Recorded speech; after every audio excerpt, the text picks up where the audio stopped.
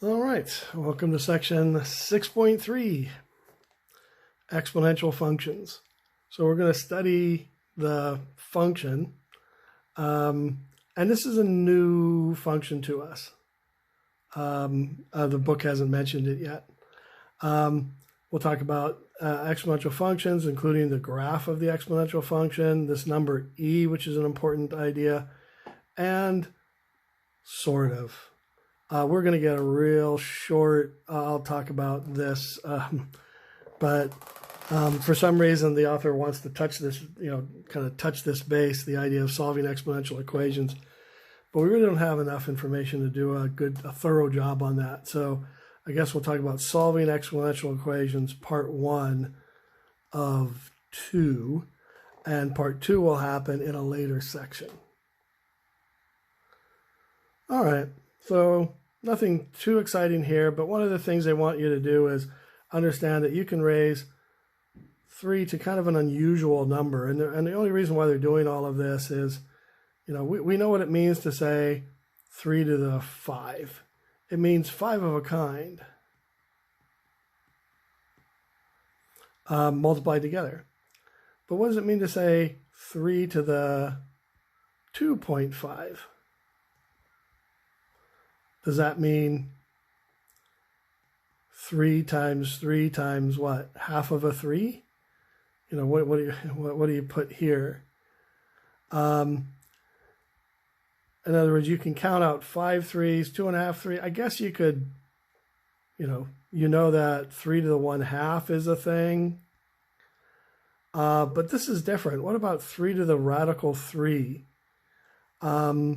You can run it through a calculator, and it has meaning, and there's nothing wrong with it, but it doesn't fit our narrow idea of what exponents are. In other words, I can reword things like 3 to the 5 and 3 to the 2.5, but I can't really repackage this or rewrite it into something else.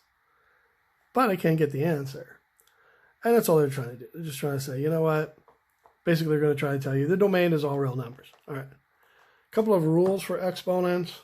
You should know all of these from earlier chapters. If you have the same base, you can add the exponents together. And that's easiest when we have counting numbers like x to the 3 times x to the 2. Most people can see it. That's 3 of a kind. That's 2 of a kind. So altogether, it's 5 of a kind. But sometimes you have to know, what exact mathematics did you do? We added the exponents together. 1 to a power. In this situation, you multiply the exponents. We've done all of these in chapter 0, all of them literally, in chapter 0. So there's not a whole lot new here. The book didn't call it chapter 0, called it chapter R. But to put a function here, now we're getting into chapter 6 territory. You haven't seen this ever in the book. They didn't have a function, essentially y equals, a to the x. That's probably the simplest version of it. They put a number in front of it, a coefficient, but you haven't seen it as a function. And like we saw before, you haven't put really awkward numbers in here like square root of 3 or something. So they give you an idea of exponential growth is this function with a number there. We're not really into doing a lot of exponential growth theorems, but there are some interesting ideas here if you're into sciences. Again, we're just going to stick with more straightforward mathematical questions. But what are they asking us to do here? All right. Again, we don't really have anything quite like this, but notice how we're increasing here by 1, and we're increasing here by, or decreasing here by 4. So there's the book's foreshadowing for a later chapter, but we might recognize what's going on here as a linear function. Now what's going on here, the pattern's very different. Again, carefully chosen numbers, but the pattern, what we're dividing by 3 every time. So that's a different animal, different situation. Here we are going back to increasing by a predictable number like 4. And what they're saying is some functions are linear, these two, and some functions are not. Not really sure. Oh, yeah. And they have us do that average rate of change idea, the change in y over the change in x. Again, the way the author chose the points, the change in x was always 1. So the change in y was 4, or negative 4 rather, negative 4, negative 4. So if the change in y over the change in x is constant, then it's a linear function. It's like saying if the slope is constant, it's a linear function. And the slope is negative 4. And they even found the equation of the line. Problem 2, when you run it through this change in y over change in x, there is no consistency, but they chose to do this instead. Just find the ratio of the output values. So the ratio of these values, 81 divided by 27 is 1/3. So this is different. This isn't change in y over change in x. It's the change in y over the change in y, or just the change in y period by ratio. And every time it was 1/3. So it's a different animal, different type of function. We call it a growth factor, yeah. And, you know, in other words, it fits the model of y equals CA of x because those ratios were consistent, and just substituting the values in, the starting value when a was 0, x was 0, and the base was what we're looking for. So in other words, we're looking for C and we're looking for A, and we can discover those. A was this, well, theoretical number that I'm multiplying by every time. I'm multiplying by 1/3, I'm multiplying by 1/3, I'm multiplying by 1/3. A is 1/3, the base. The initial value is what I get when I put x equals 0 in. So there's a little bit of constructing going on, but again, this isn't really where we live in this section, so I kind of want to get out of this. If you find a constant function, wasn't constant, oh, and these weren't constant, so the third one wasn't actually, I guess I didn't look at it closely. Third one was not either one of these. Again, it's going to be important I think we have to get to chapter 9 for this to really be important, but not really part of chapter 6, but they're talking about it anyhow, because they just wanted to introduce this idea, the idea of an exponential function. All right, if you have an exponential function, you could plot points and draw a graph through there. And so remember, this was the function they were plotting. If you were to put in 2, obviously you'd get 9. They did all this on the table, but this is the graph. Now notice the 3 right here. I just want to point something out with these dots. And this is something else they did say. At 0, 3 to the 0 is 1. So the dot is 1 high, 1 above the asymptote. At 1, if I put in 1, I get 3 to the 1, that's 3. So the dot is 3 times higher. If I go over one more, go to 2, it's 3 squared, so it's 3 times higher than that. And that is the figure we're doing. Because this is a 3, every time I step 1 to the right, I'm 3 times higher. So I want you to actually picture the graph here. And it works the other way around. If I go to the left, I'm 3 times lower, well, 1/3 the height. So it should be 1/3 the height, 1/3 the height, 1/3, 1/3, 1/3. Obviously, I'm getting very close to the y-axis, or to the x-axis, or to y equals 0, but I'm not going to cross it. I'm just going to get closer because I'm going to be 1/3 closer every time. So it is correct to say y equals 0 is an asymptote of this graph. Asymptotes are important. You'll be asked directly what the asymptotes are. It also confirms the domain. The range. The range is the minimum y value is 0 without including 0, square bracket, and the maximum y value is infinity. And they give us all these properties. What's the domain of the exponential function? Well, you can put anything in. So domain's all real numbers. The range. This is kind of interesting. They're going to tell us the asymptote and a few, I guess, points. Keep in mind, we're talking about this in a very abstract way. We don't know what A is. All we know is A is not equal to 1. And they are telling us A is greater than 1, at least for this particular slide. So it could be A to the 2, it could be 2 to the x, it could be 3 to the x, it could be 5 to the x, it could even be 1.1 to the x. Anything to the x, as long as it's greater than 1, would exhibit these properties. If we're less than 1, but still positive, like 1/2 to the x, that's the next slide. So these are left out. And the only difference is these are increasing. If I changed increasing to decreasing, then I'd be talking about this thing.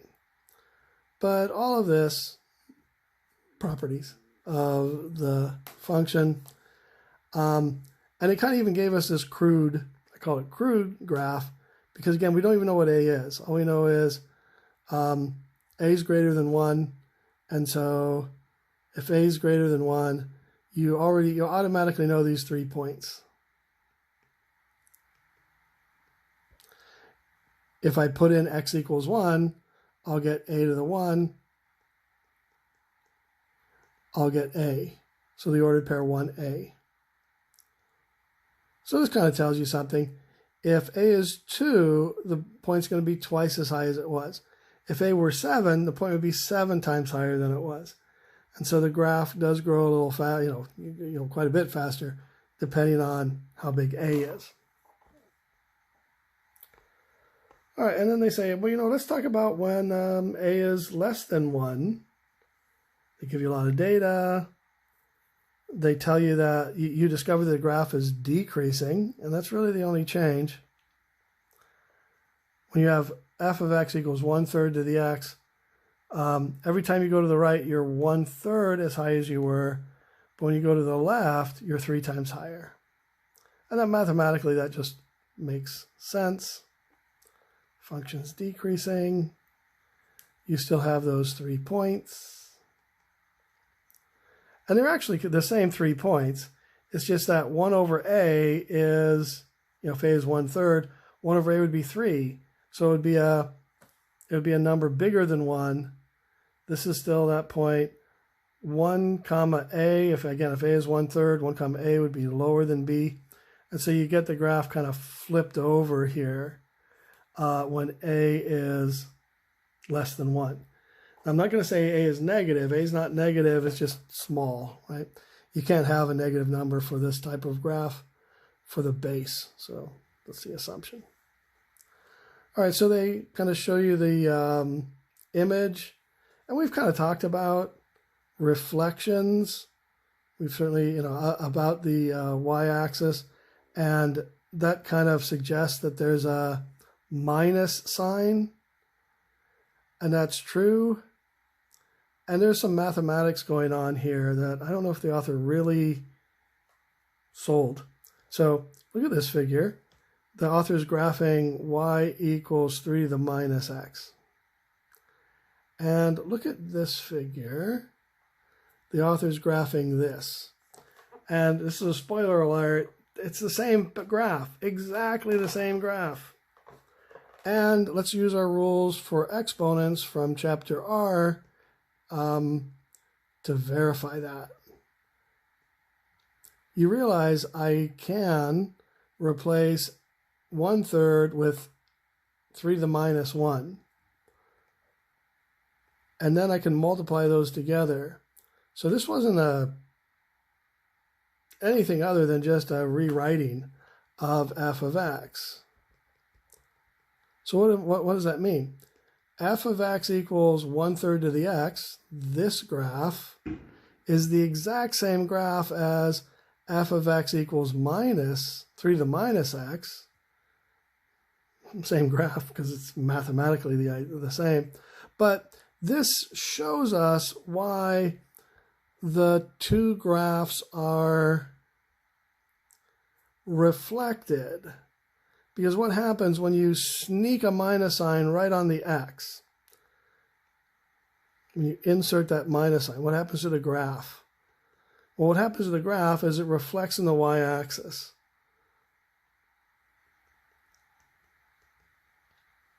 So it's kind of a hidden surprise that 1/3 of the x is the mirror image of 3 to the x. Because 1/3 of the x and 3 to the x have this kind of middle ground in common. I don't think that was the lesson there, but all right. So what happens if you add 1 to a graph? So here's the graph. If we add 1 in the strategic place, it raises everything up, including the asymptote. So the equation of the asymptote changes. All the points go up. It's a transformation of the graph. And now they're going to talk about this number e. So your calculator actually has an e to the x button on it, and it's designed to do one thing: raise e to a power. But what is e? Well, here's the problem. It's not an easy question to answer. It's kind of like saying, what is pi? Kind of. Pi has a kind of an easy geometrical description to it, but you can't say pi is equal to 3.1415. I mean, what do? You say, well, at some point to talk about pi, you have to start throwing in words. You can't just say, oh, it's square root of something, or it's close to something. You can say that, but it's close to. So it takes kind of an infinite number of numbers to really describe pi. And literally, there's an infinite number of numbers in its decimal representation. All right. Well, the same thing with e. What is e? Well, e is the calculation you get if you put larger and larger numbers, the number you'd approach. If you put larger and larger numbers in here, as n goes to infinity, let's say you put a big number like 10. 10 doesn't sound like a big number, but or a million, or a billion, or even some exponential thing like put in 10 to the 50, and you still haven't gotten to e, but the limit as this goes to infinity is the number e. That's essentially a definition of the number e, and we actually have a formula that kind of uses this in another section, but that's e. So one thing interesting about this is, if you look at it, it's really impossible to get a feel for what number that would be. I mean, what number does this get closer and closer to? As you put bigger number, if I put a number like 2 in it, I'd have, 1 plus 1/2 squared. If I put a number like 10 in it, it would be 1 plus 1/10 to the 10th power. And I don't know, you can run those through a calculator, and that's kind of what they did, in the book. But you find out that e is approximately 2.71828, all right? Or rounded to 2 decimal places. E to the 1, or e, is approximately 2.7. All right, so look at how they graphed it. When x is 1, we're right here at e, 2.7. All right, and every time I step over here, I'm e taller. I'm 2.7 times taller. If I go over here, it's 2.7 times taller. And E is just one of the numbers we're going to have to embrace. It's one of the numbers that we use for our base of exponential functions. A little hard to appreciate it right now, but yeah, there it is. All right, so they're saying, you know what, take this graph, transform it with these transformations. If I remove the numbers, I would have the graph, just with a minus sign, e to the minus x. So I remove the number 2. That would reflect the graph in the x-axis. So I get this graph. What did the 2 do? Well, the 2 shifts the graph to the left, right? If it was minus 2, it would shift to the right. Plus 2 directly to the x would shift it to the left. So, I don't know. If this is point A, this is point A, where it flipped because of the minus, not really good representation, but the minus sign. And then this is the point A because of the minus sign and the x being and 2 being added to x, because it just kind of drifted that point to this way. So if you did that with every point, just kind of went through its transformation, you'd get the graph going through its transformation, and you get that graph. This is the last part of this idea, of this section, and that is they want us to solve exponential functions, sort of. It really is an insincere attempt, but, let's go with it. All right.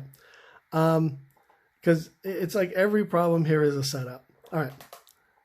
I have to explain that, but all right. So they want us to solve these two problems, and that's fine. So let's do A. They want us to solve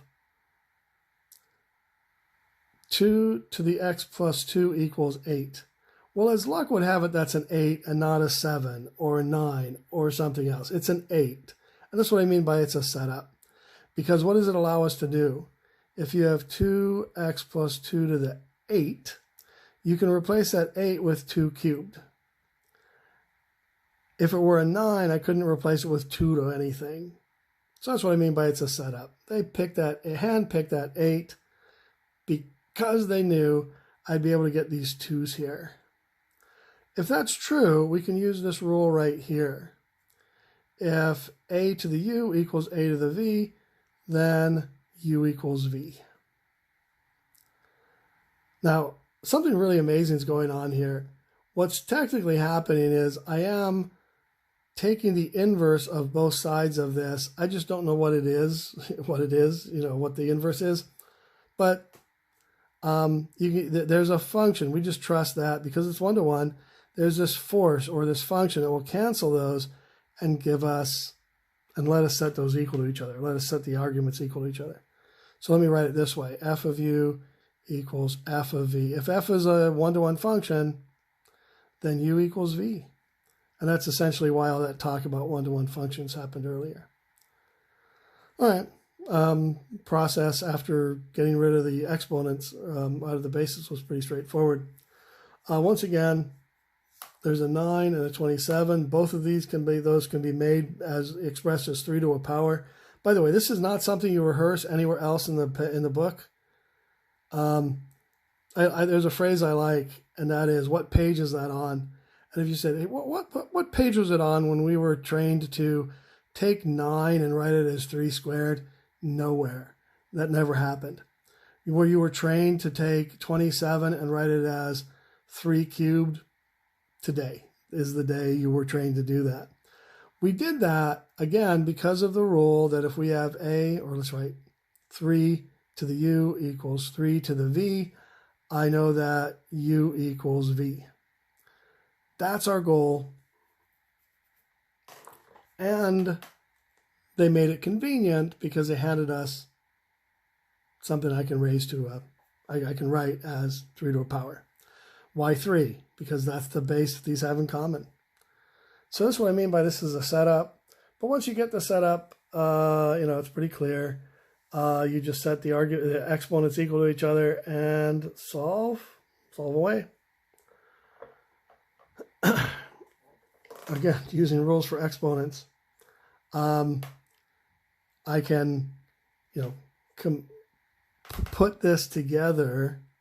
Well, they're just taking all of this side and say, you can write it as e to the 5x minus 6. And there's a solid reason why this was no good, and I wanted to write it as e to something.